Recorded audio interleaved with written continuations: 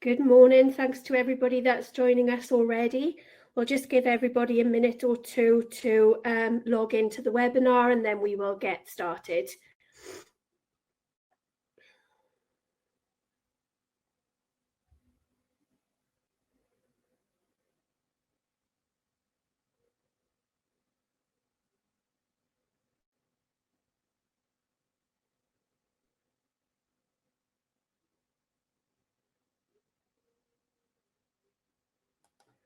Okay, good morning everyone. We've already reached nearly 70 attendees into the room, so I'm happy to say we're good to go in terms of the webinar. Welcome everybody. Thank you for joining us at today's Back to Basics RIO webinar. Whatever reason you're here, whether it's to learn a bit more about affordability and you want to know about what RIO can do for your clients, or if you already live in that world and you just think that RIO would be a fantastic string to your bow, hopefully you'll learn something useful and insightful today. A little bit of housekeeping before we start. The webinar will run for an hour. We'll try and keep to time because I know everybody probably wants to get out and about on this beautiful sunny day. For once we can say it's also sunny in Wales. Good news. I hope it's sunny where you are. You'll also see a chat facility, hopefully, on your webinar. And if you would like to use that to ask questions, make comments, just generally interact throughout the webinar, it's open to everybody. Any questions we don't get to answer, be assured we will come back to you after the webinar. So, brief introduction as to your hosts today. We have Hodge hosts, which are Andrea and James, that you can see on screen at the moment. They'll tell you a little bit about what they do at Hodge. They're our national account managers. We also have Gregor McMeehan, who is the principal and managing director at Malinay Mortgage Solutions. And we have Helen Tor joining us. She's regional supervision compliance manager for Primis and TMA. And hopefully, fingers crossed, we will have an underwriter, Ellie, joining us also. She's having some technical difficulties at the moment, so it may end up that James becomes Ellie at the end, also as knowledgeable. So either way, it's a win-win for you guys. So welcome to the webinar, and I will hand over to Andrea and to James to get started. Thanks, Beth. Good morning, everyone. Yes, I will be doing a Plan B job for taking Ellie's questions. Obviously, nowhere near as good as Ellie, but if she doesn't join us, the joys of technology. But yes, thank you so much for joining us this morning. Really pleased to see so many already on the webinar.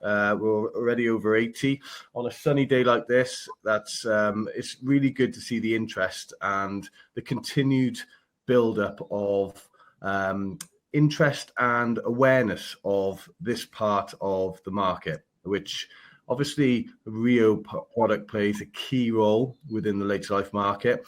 And myself and Andrea and our distinguished guests will be taking you through a number of different areas to help explain what the RIO does, how it fits in with the market, why it's such a key product and solution for the right customer, and offers some further choice for customers within this space and with needs that this product serves.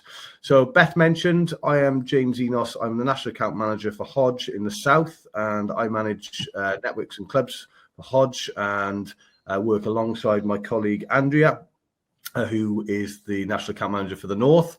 And what we do is, our real focus is about educating the broker market and our partners on the key products and solutions available to clients and brokers across the market, which RIO product is one of those. So just the first, I suppose, part of the presentation is just setting the scene of the RIO product. The fact that RIO product was brought out in 2018, it was brought out to provide a solution for clients who had a number of different needs, okay, within a certain age bracket. Hodge offers a RIO product from clients from the age of 50, and it's a product that's, I think it's fair to say, it's taken its time to find its place in the market, okay, but it's certainly been an area of the market and a focus that we've seen more and more, particularly since the mortgage market has had its challenges at the end of last year. And we've seen more of the broker community really see these products and want to understand them more, and then pass that education on to the clients. So that's the key aim really of today, is to help you understand that. Again, Beth mentioned the chat functions there. We're really keen to answer your questions. We'll be asking questions, obviously, of our experts as well within the session. Please feel free to drop any chat in there, or get in touch with us afterwards if those questions come to light after that. So I'm going to hand over now to Andrea. Move the slides on. She's going to talk to you a little bit about dispelling the myths. Thanks very much indeed, James. So no introduction needed from me, because James, you did a great job there. Thanks very much indeed. So yeah, as James said, it's really, really great to have so many of you with us today, and we are absolutely delighted really to share our knowledge and best practice with our industry experts.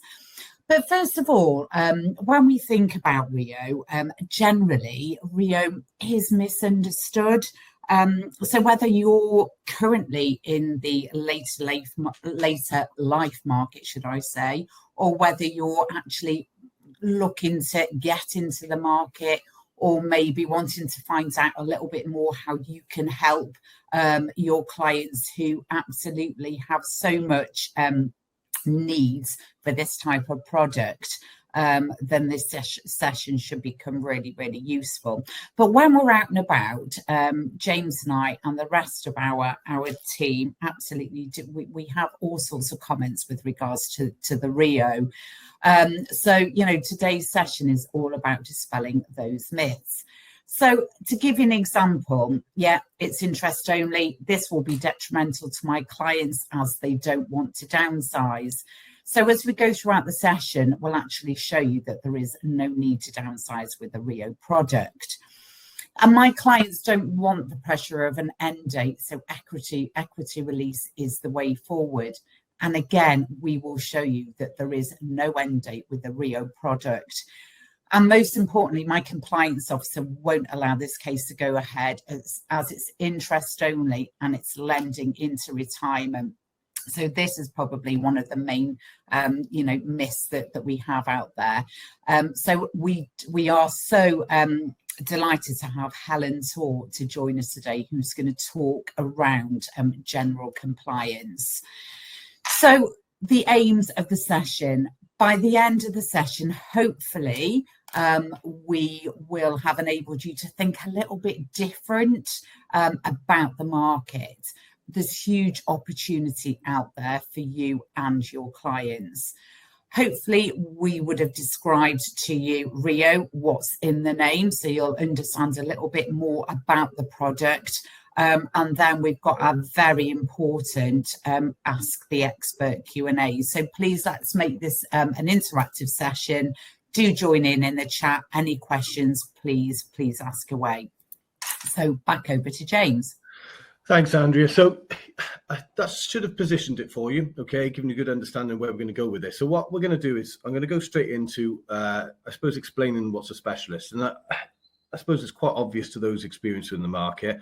A specialist lender or a specialist broker will deal with, I suppose, the non-standard lending is probably the right word. Vanilla may have been a word of the past. I think that's type of lending is probably a thing of the past as well as the word itself, but it comes in many forms. And I think it's worth, I suppose, pointing out that this should be viewed, the RIO product and this part of the market, as just another specialist area of the market. Okay, it's something that, you know, if you're focusing on and dealing with on day in, day out, it becomes the norm, like any other product, like maybe first time buyer, second time buyer business. But it is an area that you will see more and more business and inquiries coming across your desk. Okay, and the key point to really bring out in this is Hodge is an expert within this area, specialist lender, and can support with the key areas that I've highlighted on this slide itself. So it's later life, it's interest only. Okay, there are forms of repayment mortgages on other products within the later life products, the 50 plus that we offer, but the RIO itself is a retirement interest only mortgage. We can consider debt consolidation. Again, that's seen as a specialist feature of the product, and self-employed. So we cater for the self-employed and the employed and the retired. So there's many different income, different types of income that we utilize to support affordability on this product. It's an affordability-based product, and if you're not used to dealing with it, then the mix of present income and future income can sometimes be deemed as complex. But ultimately, once you've had it explained and you understand it, it becomes much more simple the more you deal with this type of lending. Now, it's also worth pointing out that this part of the market is growing all the time. Okay, so the latest figure attributed to the later life market is up on the screen here. So 154 billion pounds in lending is attributed and came out in the press last June to the later life space. And that equates to any lending that takes clients past the age of 67. Okay, so past the state retirement age. Now, interestingly enough, the way that this split is against equity release and affordability based products is only 20% of that figure is attributed to equity release, which I suppose is the go-to product when you think of later life traditionally. The 80% of that figure, so the majority of the business and the mortgages within this space are actually based on affordability based products, which the RIO is one of those. So interesting just to get that understanding and positioning of the type of lending that we're seeing growing year on year as well. Okay, this figure is only going to set to continue to increase as the need increase and as awareness from broker and from a customer point of view continues to grow. Andrea, I'll just hand back to you now just to cover some of the drivers within the space.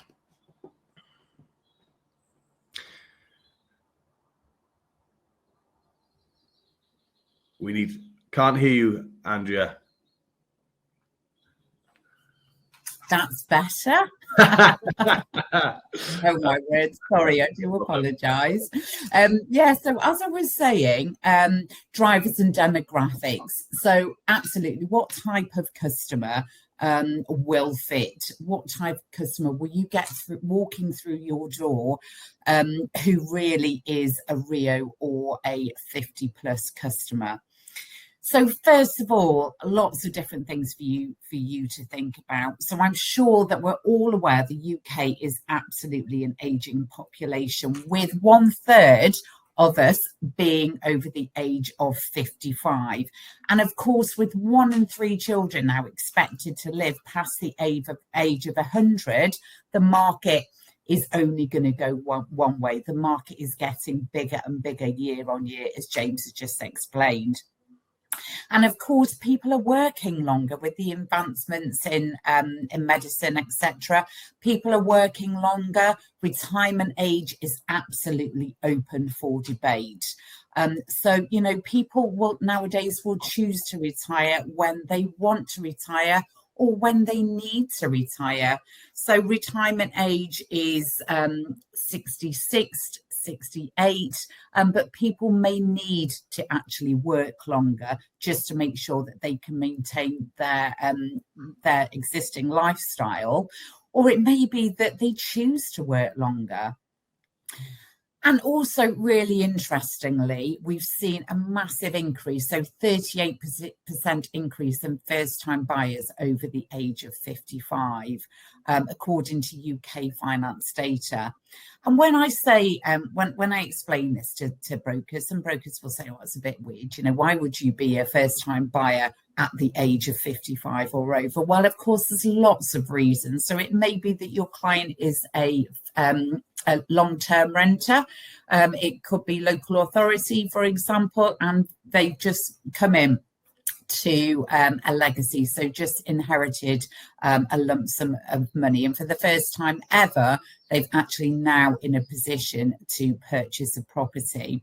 Or it could be simply somebody in the forces, for example, planning ahead for their future and their retirement. And what about all of those clients that are out there that are mortgage prisoners? So with 12 billion interest-only maturities in 2023, this year, 12 billion interest-only mortgages, there is some great work to be done out there for your guys. And of course, talking of maturities, this year we will see 254 billion mortgage maturities peaking in October and December. So there is massive opportunity for you guys out there. So the moments that matter. So Hodge absolutely are there for you and for your clients, most importantly, in the moments that matter. So the RIO product is a multifunctional product. So as we said, it could be for a first-time buyer, or it could be for a home mover. It could be debt consolidation. So we are seeing an increase in the number of inquiries on debt consolidation because of the current economic climate. Or it could just simply be that your clients absolutely have massive aspirations and want to make some huge home improvements. And then one aspect of the market that we really do serve and really do serve well, or what we in the later life, I suppose, sector call our silver splitters. So those are people that probably are moving into retirement or moving up to retirement and looking ahead to their exciting years to come, and it may be that they decide that they want to go it alone and need some help getting on the housing ladder, or possibly buying out a partner. So there are lots and lots of opportunities and circumstances that we can help with. So I'm going to send you back over to James, really, to bring it all to life. Yeah, I think the best way I can really bring this to life is, this is my favorite slide because I get to talk about a legend in my life, which is my dad. Okay, so this is the coolest 69-year-old I know. Okay, this is Paul. This is my father, retired policeman, worked 30 years in the police force, and then went into retirement. And as you can see, embraced his passion, which is his band. Okay, the Long Shadows. He joined his band, formed it. Did a number of those actually into his retirement, but he's at a stage where he's doing 3 gigs a week. He's got an online agent, and he is absolutely full of life as a, I suppose, a retiree. Not your standard retired person that you'd think of when, I suppose, you think of going into your twilight years. A huge contrast from his father, my grandfather, who was 40 years in intensive labour job with the railway, bringing coal from the South Wales valleys down to Barry Docks. And when my grandfather was ready to retire at 60, 30 years before my dad, a very different attitude. Obviously, at that time, he was ready to put his slippers on, he was ready to go down the allotment, and he was ready to slow right down. A real contrast, but I think a great example of what we're seeing now with people of an older age, that there's better health, there's better attitude, a much more, I suppose, forward-thinking attitude of how can I do the things I've always wanted to do as I move into retirement. Interestingly enough, my dad and my mum have a RIO product as well, okay? And it's an enabler, and it's allowed my mum to retire early. Okay, now she was working up to, say, 2 years ago. They had a repayment mortgage. They had 7 years left. They were going to have to continue to pay that, and she was going to have to continue to work for another 7 years while my dad was living his best life. Ultimately, by going on to a RIO product, by bringing the payments onto interest only, they were able to reduce their outgoings. They were able to take some more money from the property to do maybe some home improvements they did and go on some holidays, etc. And ultimately, my mum was able to enjoy retirement and join the band as well, which, she's also living that best life in that band and gigging around the South Wales Valley. So the key point here is it's an enabler. Okay, these products are there to serve customers and suit customers' needs depending on their circumstances.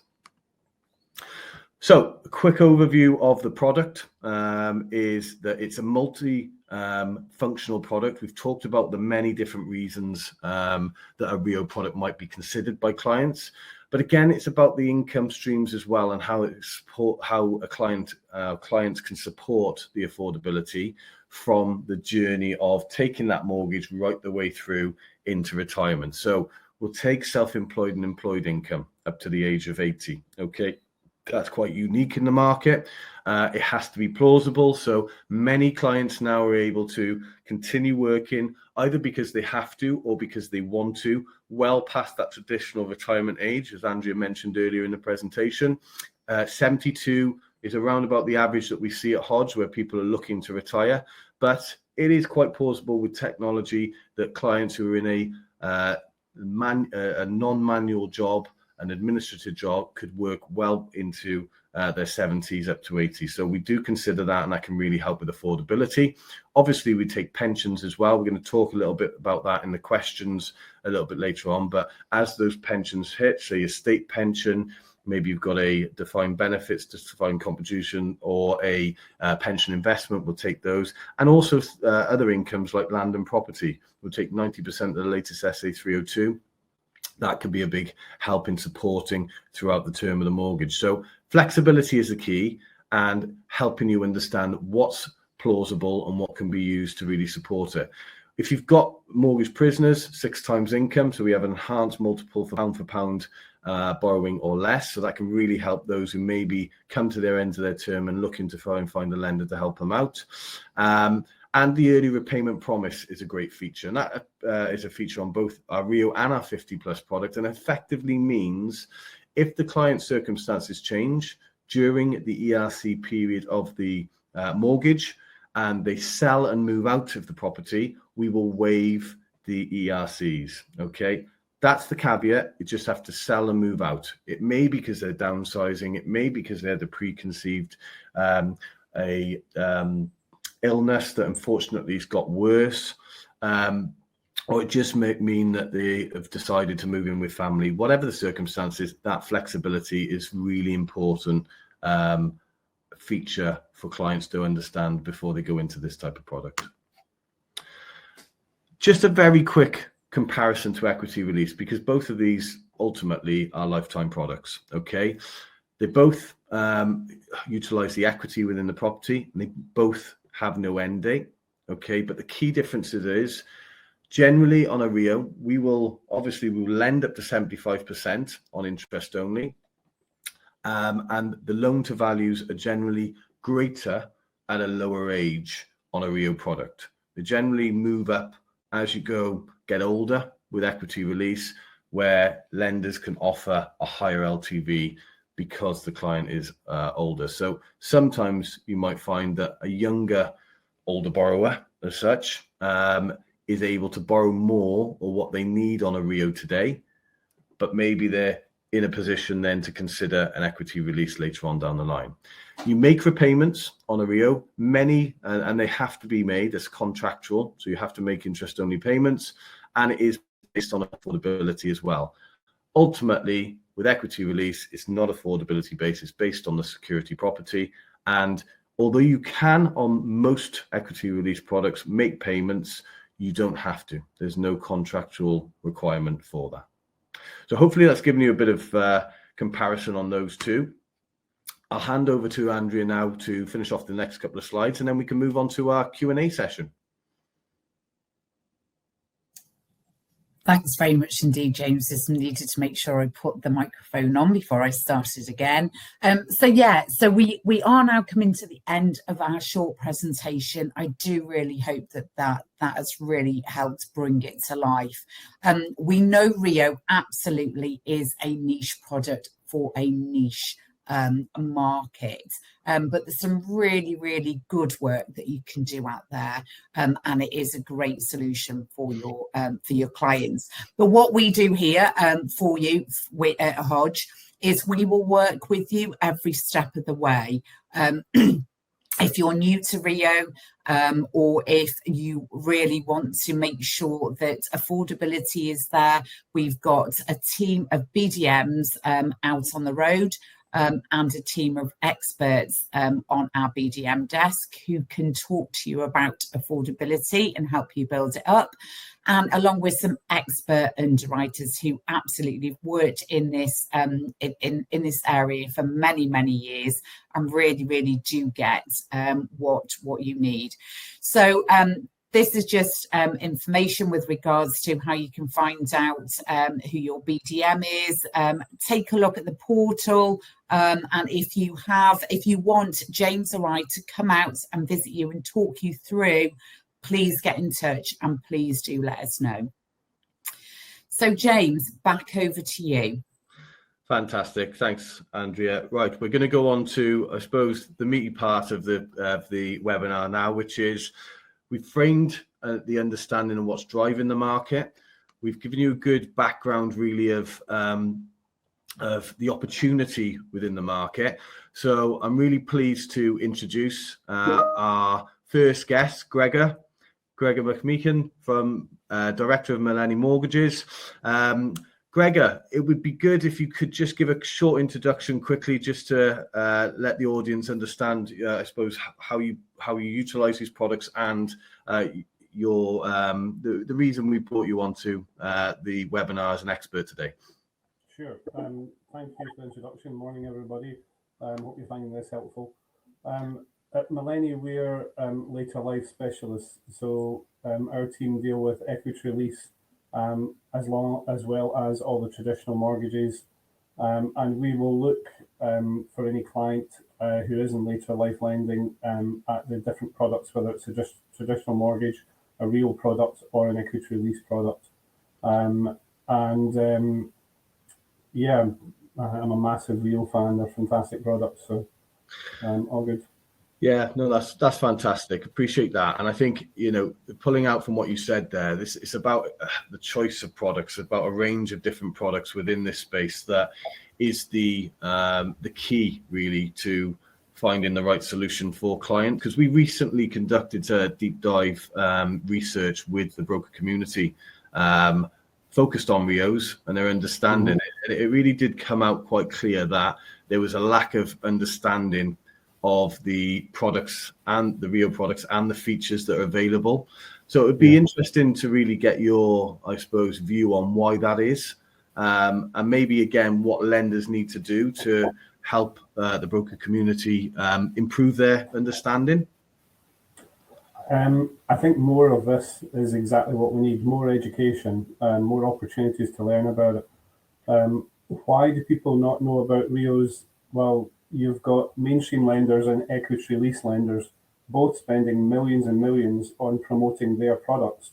And if you look at a lot of the advertising that's out there for equity release products in the Sunday papers, for example, open any Sunday paper, you'll find lots of adverts. And if the client replies to one of those adverts, then guess what they're going to end up with? They're going to end up with equity release, whether that's the right product or not. And that's what's good about the change in the market recently, is that there's a requirement now to look at all the different types of lending available to somebody. And a RIO is a fantastic product and really easy to use. So from an advisor's point of view, it's a win, definitely. And it's interesting you say, I think it's the unknown sometimes, isn't it? When you're dealing with, so many different products and so many different lenders in the market. And like you say, I suppose the natural gravity, because it's in the brokers and the customer's eye, is equity release. Now, that's not to say that equity release wouldn't be the right solution for many of the customers, okay? But it's, for me, helping, I suppose, the customer understand what's available as well. In your experience, do customers, are they aware of the products as they are with maybe the equity release itself? No, and I think that's back to the spend on advertising by equity release lenders, that clients in general are not aware of RIOs. But as a broker, when you talk to clients about RIO products, then they're very well received. You mentioned earlier some of the benefits. They're very flexible, they're much higher loan to value, the ability to take into account multiple income streams. All of these can make it much better. We're finding that we're getting a lot of people who are coming off of interest-only mortgages, and they're quite happy to maintain the payments, and that's what they want to do, so that they interest doesn't compound. And a RIO enables clients to do everything that they want to do with an equity release mortgage, and equity release mortgages are promoted on the basis of, enjoy your retirement, don't pay off your mortgage, gift to your kids, inheritance tax planning. A RIO fits all of those. Yeah. So why not consider a RIO? Yeah, and I think again, it's about understanding how they work together, because I think you've brought out a point there with the LTVs. I think we know with the market, the way it's been recently, that it's been, I suppose, more and more difficult for some clients to get those higher LTVs in today's market as they compared to what they did previously. So it seems that RIO is becoming maybe the choice at the moment, but maybe a choice in the interim as well, to bridge in a period of time that we're in, obviously, where rates are where they are and the market's sort of trying to find its place to settle. Would you agree with that? Absolutely agree with that. We will often sit with a client and say, look, at this point in time, you can still afford a normal mortgage, but the payments would be higher, so you would prefer to do a RIO, which has got lower payments. And in long term, you'll then maybe consider moving on to an equity release product in the long term. The ability, Andrea mentioned this earlier, the ability to use multiple income streams, both now and income streams that will appear in the future when you start drawing down on pensions or in receipt of pensions, can make a massive difference, because a traditional mortgage might be unaffordable on that basis. But when you look at a RIO, it suddenly fits. And the team at Hodge are fantastic. Sometimes the calculator can be a bit intimidating, but phone up and get help with it and chat it through it. That's a good way to do it. Yeah, and I think that's great advice there, Gregor. I think, we are here to support as much as we can. It's often that we'll get an inquiry through that maybe it's intended to go on the RIO product, and actually our 50+ term-based product is the right solution. Once we chat it through with you, or vice versa. It could sometimes be it's a 50+ because it's term-based. The broker comes to us on that, and then we end up actually chatting about the RIO because that's more suitable, or it offers something different, or it gives a solution to the client. So it is all about solutions. It's about supporting brokers through that. I'm glad you get that from us as well. I think just want to give a final question here. Is there, I think, understanding the what's available in the market right now, is there anything you think lenders should consider to further support within this market? Is there anything we're missing on that side of things? It'd be interesting to understand, see your view on that. Education. More of this. This is ideal. My team at Millennium Mortgage Solutions have all been through this type of training, and while not everybody in the team is equity release qualified, and what they can do is they can assess where we are and say, right, if this doesn't fit with a RIO, I'll then hand you over to my colleague who will talk to you about equity release. Just raising the bar on education. We're very busy. We've got such busy lives, and the business is pouring in for everybody. But taking the time to understand this can make a big difference and can be really beneficial when you talk to some of your professional connections, because some of the negatives of equity release, the old fears about negative equity and so on, all disappears when you look at RIO. So no, and from our point of view, we really appreciate you taking it yourself out of your busy schedule to support us with this as well. We know how busy you are with the clients' needs and with the market, obviously up in your area in Scotland and across the UK at the moment. So invaluable advice and view really from a broker's perspective. So thank you so much for that today. We're going to move. We will have some questions later on, so hang on, and we're going to go into some further questions now with myself and Andrea, just talking, I suppose, about the underwrite. So Andrea, I'll hand back to you for questions to me. Absolutely. Thanks, James. And that really is invaluable to actually hear from a broker who is really, really prolific, and absolutely its passion for the market is it is really good to see and really encouraging. Yeah, so James, you are Ellie for us today. So James has been with Hodge for a number of years, and absolutely, James and I work really closely with the underwriters, so we are experts in our underwriting assessments and criteria. So James, I'm going to start with the first question. So can you help brokers understand how the affordability is assessed on the RIO product? Because this is, I suppose, the thing that we get most questions about, and in particular, the stress test on joint applications. Yeah, and I think, it's a key area really from an understanding point of view. I think the easiest way to explain this to the audience today is effectively we have to stress the income, okay, on a joint application on a RIO, okay, and the way we do that, okay, it doesn't apply if it's on a sole name application, so this stress is not applicable in that circumstances. But when there's a joint applicant, when the client gets to age 82 within, I suppose, obviously the journey of the mortgage, the period of the mortgage, because there is no term, there is no end date on a RIO itself, we effectively take them out of the equation of the affordability, and any remaining income, any pension income that is percentage obviously diverted to the remaining applicant, any land and property income, or anything basically that is still applicable is then utilized for affordability on that client's, the remaining client's sole basis. Now, if it meets affordability, fantastic. That mortgage is affordable right the way through the lifetime of that mortgage, which is the natural end is in the event of death or long-term care. If it doesn't, we do have options for clients. Okay, so you might have a traditional situation where the older applicant is the main breadwinner, has a lot of the income weighted towards them, and when they're taken out the equation, unfortunately it's no longer affordable. Now, we have our 50 plus product, which I talked a little bit about, talking to you about the different options. If the clients can meet affordability up to that point, okay, up to that age, the 82nd birthday of the oldest applicant, so let's just say it's 81, we can maybe consider to offer a term-based product solution for the clients. Now, if those clients are coming to us in mid-60s and they need that support, they might even be mortgage prisoners, they've got nowhere else to turn, it could make the difference between them having to sell that property or being able to stay in there, make new plans, have a new strategy to be able to decide what they want to do when the mortgage comes to the end of the term. So it's about solutions, it's about support.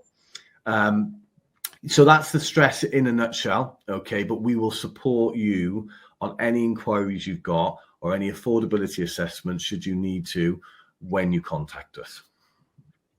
Thanks very much indeed, James, and that is really really quite helpful. But can you just give us a brief overview about the types of pre and post retirement income that we will look at? Yeah, I think at Hodge we're quite. If you compare the way that we look at it to other lenders, some lenders look at purely the retirement income when they look at the RIO affordability. What we do at Hodge, we do it slightly differently. So we will take it, and I always call it or mark it as the journey of income. Okay, so you get a client who maybe comes to us at 55. They want a RIO mortgage. They are still employed, okay, or self-employed, and they're considering continuing that employment to X date. Okay, what we will do in that circumstances is pre-retirement that we will take that income until their intended retirement date. Now that might be right the way up to 80, as I mentioned earlier in the presentation. So as long as it's viable, those incomes will be part of the assessment up to that point. Okay, what we'll also do then is as pensions come into fruition during that term, okay, we'll also then equate those within the affordability. Okay, so they might not be paid today. They might be when the client comes to us, but ultimately they might not. So that is, I suppose, the post-retirement income, and that's your state pension. If it's dropping at 67, 68, probably going to be a lot longer, a lot further down the line when it comes to my turn to take state retirement pension. any other pensions that you might have, pension investments, when those are, and what those projections are, we will take those projections and then we will put those into the affordability assessment. If they're taking land and, or they're earning land and property income today, we'll take that straight away. So again, that could be either something that clients have diversified into at a later date. So it could be post-retirement income, or they might be doing it already pre-retirement and they've got that evidence for us. We'll take 90% of the latest SA302 on that. Thanks, James. In fact, you've just answered my next question, which is great with regards to being able to use income from land and property. And one thing that we do really, really well actually here at Hodge is assessment of self-employed income. Can you just talk about the possibility of using this for a longer duration? For example, it could be a company director who will continue to draw the dividends. Yeah, and I think, again, this falls into line with common sense understanding and assessment of a client's circumstances. So you might have someone who is ultimately a director of a company which has a manual service offering. So it might be a building firm, it might be a scaffolding firm, it could be anything, but they've taken a step back and they've now, I suppose, come off the tools as such. So they've got the youngsters now running that side of the business. If it's a family business, might be son or daughter involved in that side of things, and they've stepped back, they're company director, they're getting dividends, and ultimately they're watching their business run from a distance, but they still have an involvement and still have an income that's being paid. Now, there's no reason why we as a lender shouldn't take a view on a common sense basis that that is income that is going to continue to be paid. It's got history, it's been paid for a certain amount of time already. We know that and we can evidence that. So we generally will take that even further again. So we, in some circumstances, take that past the age of 80 because we know it's going to continue to be paid. And if there's a need for that, then we'll certainly consider it. I think the most important thing to remember with the income associated with a RIO or a 50+ product is gather together everything you can, okay? You might not think it's applicable, okay? But it might be the difference between us being able to get to the borrowing amount or not. Because we're assessing this all the time, okay, there may be, I don't know, a guaranteed benefit for a certain period of time that we're willing and helps the overall assessment and our comfort in being able to secure the lending the client's looking for. So make sure you get everything you can, and then we'll work through the assessment with you. Thanks very much indeed, James. That's great, and hopefully that's given you a little bit more insight as to how we assess your applications. I'm now going to move across to Helen Tor.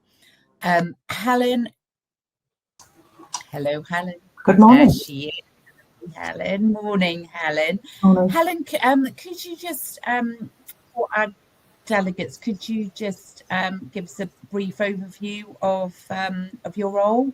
Yeah, my name's Helen Tor. I work currently for Primis Mortgage Network, who are a mortgage intermediary looking after ARs and directly authorised brokers through our TMA arm. I'm a regional supervision manager, so I manage a team of 10 supervisors who provide additional support to brokers out there across all things mortgages, protection, equity release, RIOs, home insurance, everything. So we're a team of people who are there to support our advisors in this quite often complex and ever-changing regulatory road that we walk on every day. Andrew, sorry. Thanks, Helen. Helen, do you know what? The first question, I'm actually going to go off piece with this one. Okay. Yeah. So we've had a couple of comments on the chat here around really questioning whether the equity release qualification should be required for a RIO, because an advisor with CMAP but not equity release is under no obligation to check if equity release would be a better solution. So the client possibly might get a RIO, whether it's best advice or not. Could you just tackle that one really and tell us what your view is. Yes. Well, the regulator that we all bow down to daily is the FCA. And back in 2018, the FCA made the decision that the RIO product would sit under a mortgage license rather than an equity release license. So that's really nothing we can change. Whatever my personal opinions are on that's what the FCA kind of decided where that license would sit. Now, in terms of the obligation to refer for equity release where it's not suitable for a RIO, I would say would sit with the advisor and their determining whether a RIO was the best product. So whether with a retirement interest only mortgage, the interest is mandatory that it's payable. So whilst an advisor might have done their affordability assessment, their criteria, as long as that interest only payment is affordable, then RIO would be the right product. Where it wouldn't be the right product, and again, this is down to the research, the knowledge, the recommendation of the advisor, is where the customer might want the flexibility to stop that at some point in the future. So if that is the customer's need, then a RIO would absolutely not be suitable. But where the customer has been assessed, they've passed the affordability criteria of the lender, and they're quite comfortable to keep that paying that interest only mortgage for the lifetime of that mortgage, then a RIO would be suitable. So advisors shouldn't be recommending things that aren't suitable for customers. So in that instance, we would, from a compliance perspective, fully expect that to be passed on or referred to somebody with an equity release license. So that's kind of the difference between the two licenses and the two products, really. One, the interest is mandatory. With equity release, there are products where customers can pay the interest, but it can be stopped at any point. Does that make it clearer? Helen, I think that's made it really, really quite clear. I suppose that there's two things there, and hopefully we are drawing them out during the session. Number one is education. So it's making sure that whichever camp you lie that you work in, that you absolutely are aware of RIO or a 50+ term product and the features and benefits. And then secondly, that you do have a robust referral process. Whoever that may be, that's if the residential RIO or 50+ are not relevant, then it's at that stage that you'll hand it over. So can you tell us how much more complicated is the evidencing of the affordability assessment and sourcing for RIOs? Yeah, essentially it's not more complicated, it's not difficult, it's not really any different to any affordability assessment for any mortgage. So, every advisor on this webinar will be, a specialist in the lender's criteria that they use for mortgages, because they have been doing that for a long, long time. And, the affordability assessment criteria for a retirement interest only mortgage is the same.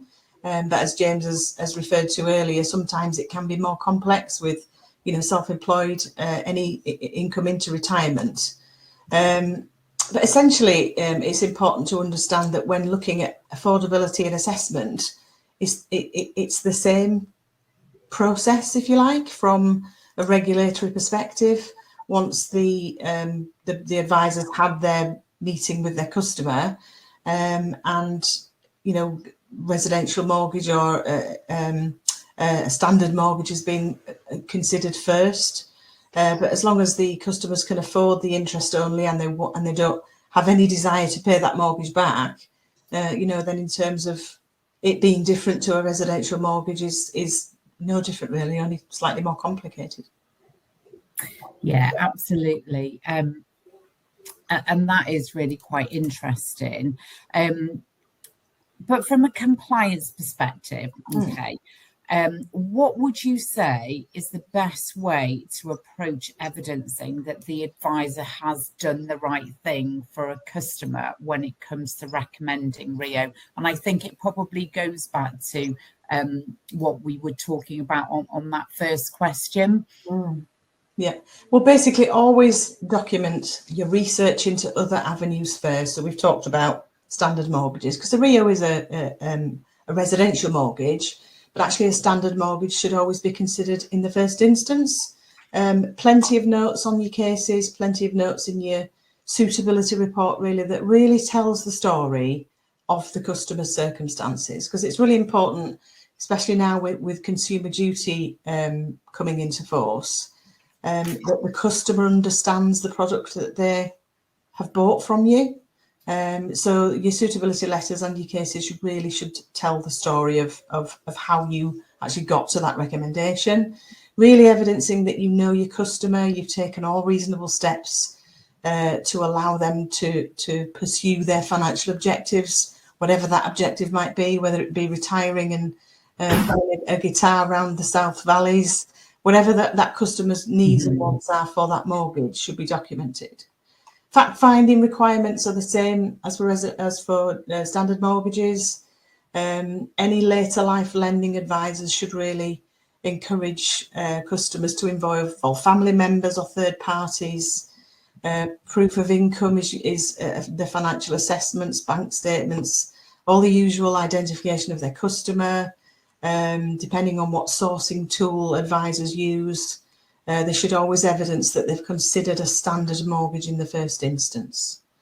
And although advisors don't need to advise a customer specifically whether alternatives are better than later life borrowing, it's really important to make sure that they alert the customers what those alternatives might be, and also encourage customers to have that time to contemplate and investigate alternatives before they make their recommendation. Thanks, Helen. And Consumer Duty, I think, is really, I suppose, putting the spotlight, really, isn't it, on borrowing in later life and into retirement, because it is all about making sure that you as a broker understand what these products can do for your client, in order to make sure that the client then understands exactly what the products do for them. Just one last thing, just really to sum up, is there anything else that, from a compliance point of view, that you would look for when checking a case, in order for advisors to be comfortable that the case ultimately, is going to get through compliance, the compliance checks? Is there any hints and tips at all that you can add? Because you've already given us some great information, to be fair.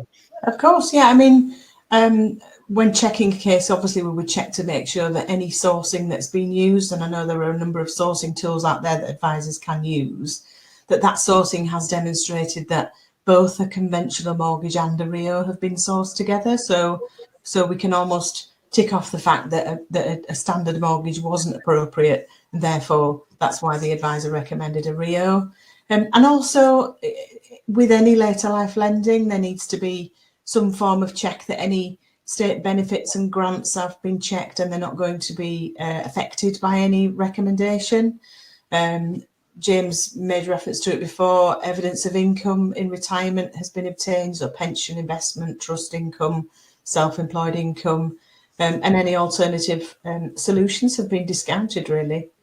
I mean, whether people have compliance support working in a firm, whether they work in a network, or whether they employ separate compliance support to check their files on a regular basis, then, compliance really are here to make sure that they understand the process, understand regulation, keep them up to date. We're not here to tell you that you can't do something because it doesn't pass, a certain checklist. We're just here to advise, support. The most important thing is to tell the customer's story and evidence the journey from at the start, what the customer wants from their product, as you mentioned, and to make sure that all that is evidenced in any documentation that they put forward on whatever system they use. Brilliant. Thanks very much indeed, Helen. That has been so useful. And thanks very much indeed for all our guests, Gregor and Helen. It has been really a great session, and it really has I suppose, instigated a lot of questions there. There's a lot of questions that have come through the chat. I'm just going to run through a couple of them before we go. But if there's anything that we haven't answered or any other comments that you want to make, then please get in contact, and we will be sending out all our details after the session. James, I'm going to take a couple of these, if I may, and I'm going to pose them to you. So obviously, people do it because it's always good having the two of us on these types of sessions. Yeah. So first of all, Joe Pond has said, do we average the last 2 years SA302s? Or just use the latest? So yeah, if it's self-employed income, we take the average. Okay. Again, if you've got a client circumstances where the story is there and there's a huge difference between the latest year and the previous years, and we can see that jump, we saw that during COVID, where there was obviously a bump in the road because of COVID, and it restricted the income that was able to be earned. And then we saw a bounce back. So again, we're willing to look at these in isolation, but ultimately, our standard policy is average of the 2 years. If it's land and property income, which I can see there's another question on this, it's the latest SA302 at 90%. Okay, so we give it a haircut to 90% because of fluctuations. But again, we take that, and we take that for the duration of the term, or obviously as a RIO throughout the lifetime of the mortgage. Thanks very much, James. Yeah, so absolutely. We at Hodge, we really do love a story. So whilst we have our published criteria for the right application, if it makes sense, then we'll have a conversation with you, and we will go outside of policy. A question from Joe Evans, and this is really quite interesting, and this may have to be the last question, but could a retired person aged 75 bring her 40-year-old daughter onto a RIO to boost affordability? Okay, so we do the criteria around any RIO or 50 plus product is that one client on the joint application has to be over the age of 50. Okay, in that scenario, the sibling, would need to be main resident at the property.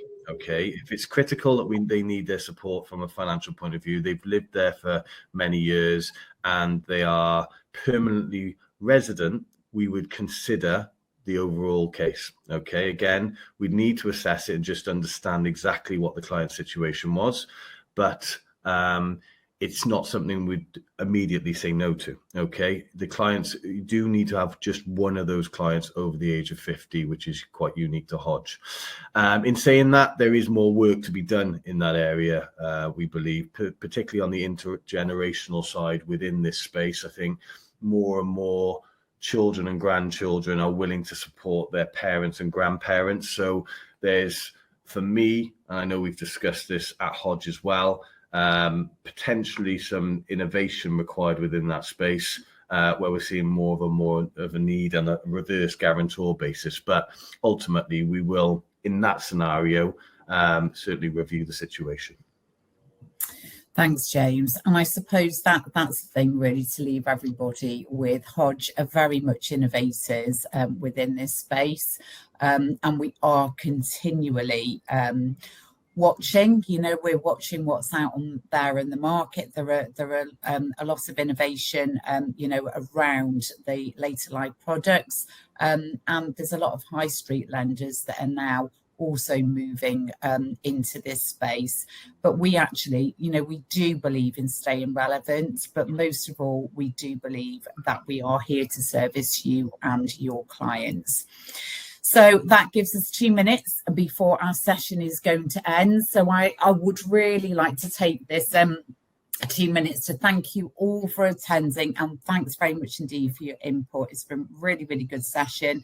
And most of all, thank you very much to Gregor and for Helen.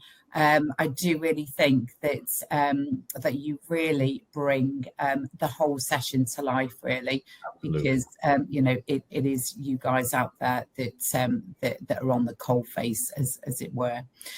So thank you very much indeed, everybody. And yeah, we hope to be talking to you all soon.